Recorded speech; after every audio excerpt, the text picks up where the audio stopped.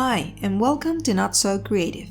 In this video I'm going to show you 3 methods for doing an I-cord cast on. This technique creates a beautiful, rounded, professional looking edge that's perfect for borders, necklines or any project where you want a clean and polished start. It might seem a bit slow at first, but it's very rhythmic once you get going. Let's get started.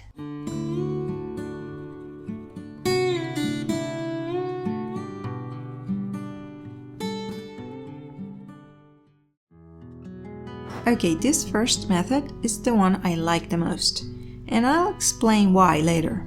So to start, first let's cast on 3 stitches. I will use the long tail cast on for this. Then pass the 3 stitches to the left needle and knit the 3 stitches again.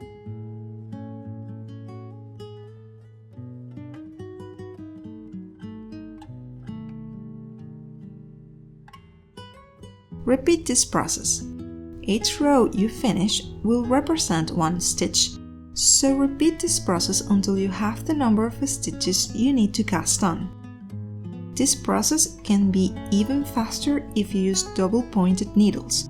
Instead of passing the stitches to the left needle, you can simply slide them to the other end of the needle. You can also knit a wider I-cord by casting on more stitches at the beginning. From 3 to 5 stitches, in my experience, makes a nice round shape. If you lose count of how many rows you've worked, just take a look at the I-cord. You'll see the V shapes forming. Each V represents 1 row, so pick 1 column and count all the V's, plus the stitch on your needle. In this case, I have 1, 2, 3, 4, 5, 6, 7, 8, 9, 10, 11, 12, and 13. So let's say I want to cast on 20 stitches to start my project. I still need to repeat this process 7 more times. Once you have the desired number of stitches, just pass the working yarn through all the stitches. This is what you get, the I-cord. Now, pick up 1 stitch per row. I'm using a contrasting yarn so you can see the process more clearly. If you worked a 3-stitch I-cord, you'll see you have 3 columns of V shapes. The idea is to pick up the stitches from only 1 column. Okay, pass the needle under both legs of the V. Wrap the yarn around your needle and pass it through. That's our first stitch. Repeat this along the entire I-cord.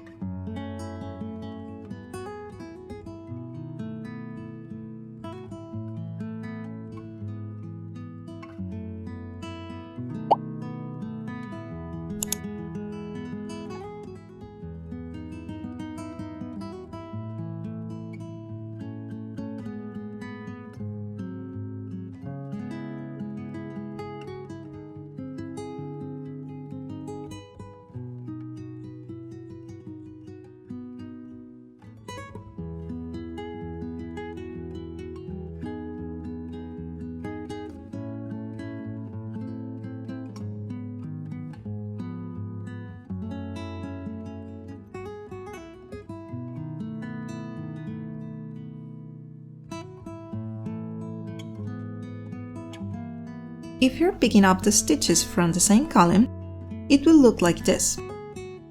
But if you pick from the wrong column, you can notice how the column starts to twist. So pay attention to that. Keep picking up stitches until you have all the stitches on your needle. The last stitch might be hard to see. Just try to identify the legs that follow in the column, and you shouldn't have any problem.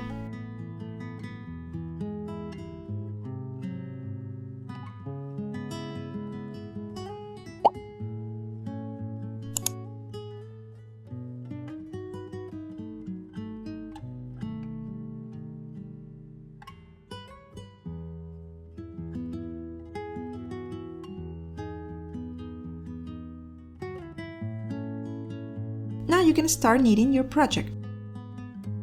This is how it looks once you continue knitting.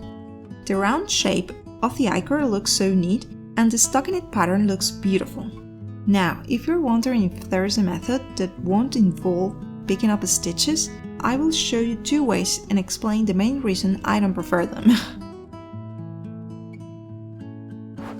Okay, for the second method, we'll start by casting on the number of stitches you want your I-cord to be. In this case, I'll cast on the same 3 stitches.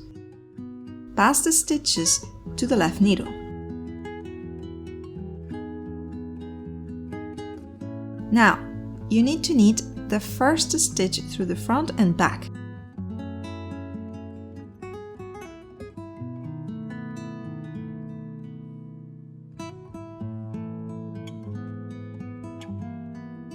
And knit the rest of the I-cord stitches.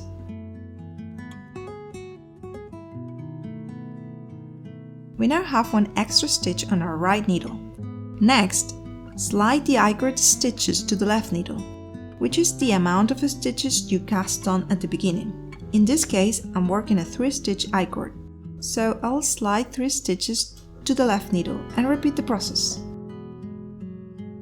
Knit front and back the first stitch of the I-cord and knit the rest of the stitches.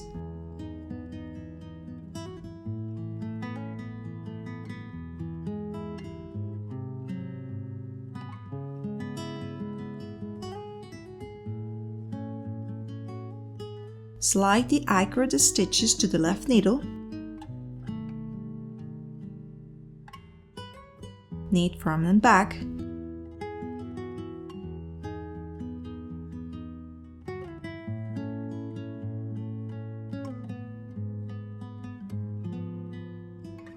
And knit the rest of the stitches. Repeat this until you have cast on the number of stitches you need, minus 1 stitch. Once you reach this point, we need to bind off the I-cord. To do this, pass the second and the third stitch over the first stitch of the I-cord. And that's it. Now you can start working your pattern. Okay, the reason I don't like this method is that the first row, the stitches we cast on while knitting front and back, tend to be too loose. However, this method might work if you start working with a garter stitch. The loosest stitches may be less noticeable. Now I have one last method where you don't have to pick up stitches, and it will result in a tighter first row. It is similar to this one, but with a little tweak. Let's take a look at that. Okay, for this method, again, we start by casting on 3 stitches or the number of stitches you want your I-cord to be. Slide the stitches back to the left needle. And here comes the difference. Instead of knitting front and back the first stitch, we are going to create a yarn over with a working yarn on the right needle, like this.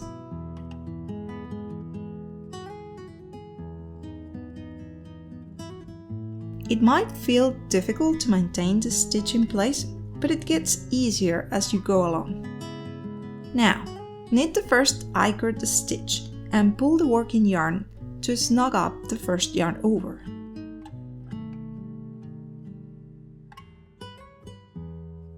Knit the rest of the stitches.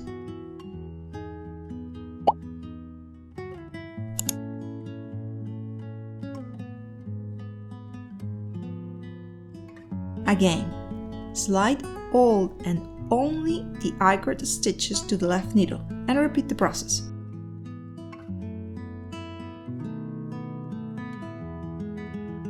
Yarn over.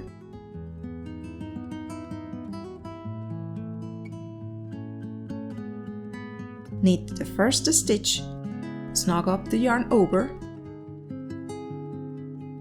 and knit the rest of the stitches.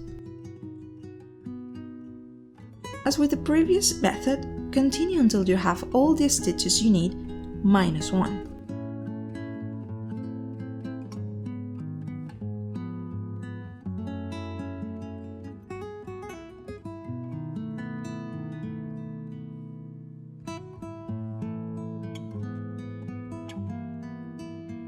Bind off the I-cord by passing the second and the third stitches over the first one.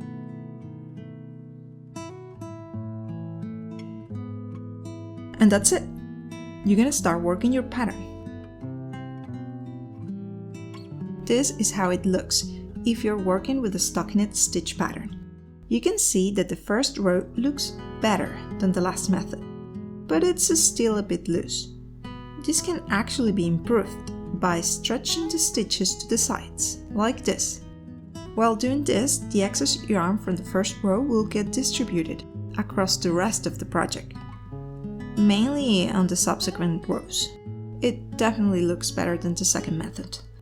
And that's how you do an I-cord cast on. If you enjoyed this tutorial, give it a thumbs up, subscribe to the channel, and let me know in the comments, which method do you prefer? Have you used this cast on before? Thanks for watching, happy knitting, and I'll see you in the next video.